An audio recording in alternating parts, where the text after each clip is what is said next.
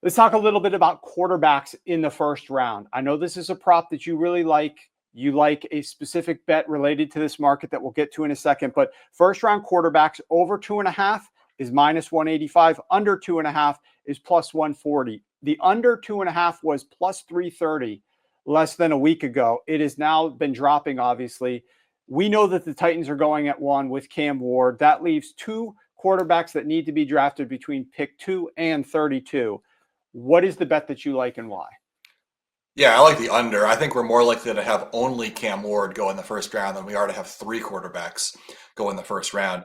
And this comes down to something real simple that we were just talking about offline last night. When the league tells you that this quarterback class sucks, you have to believe them.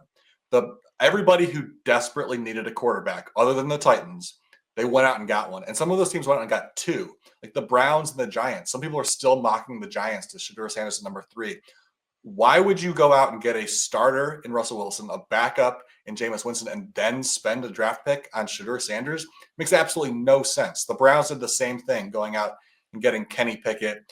Obviously, they were linked to Kirk Cousins for a while, so we saw their thought process, and then of course they add Flacco. So they've got a starter and a backup. Why would they also add another quarterback to the mix just to be the third string guy as your first round pick? It makes no sense. I don't think the Giants or Browns, they're definitely not taking quarterback at number 2 or number 3. I'd be shocked if they even traded up into the first round.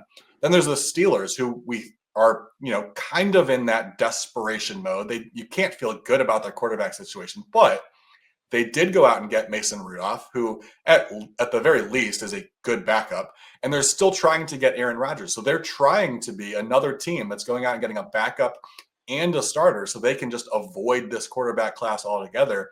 Now, the Saints are sort of the wild card that's been thrown into this mix because, the Derek Carr injury seems to be like something they probably didn't know about at the beginning of this offseason. They probably thought they were going to have Derek Carr. So, we knew that they needed a long-term quarterback, but we didn't think they were desperate. And now it kind of looks like maybe they are. Because of how this cropped up, though, and because they have a first-year head coach, I don't think they're just suddenly going to flip the script on their draft process halfway through, a couple weeks before the draft, and say, oh, well, now we're desperate. We've got to get a first-round quarterback. If they happen to really like Sanders or Dart and they were going to take them anyway, regardless of Carr's status, then they're still going to do that.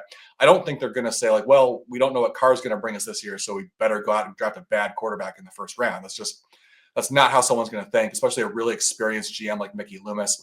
And especially, the first-year head coach is not going to be pushing for that because he knows he's got job security. They could go, they could win 4 games next year with Spencer Rattler, and he's not going to be worried about his job because, the front office understands the situation he was thrown into. So the league has told us this quarterback class is really bad. Nobody wants to draft them. So why should we assume that 3 of them are going to go in the first round? I just don't think it's going to happen. The league's already told us with their moves what they think of this draft class.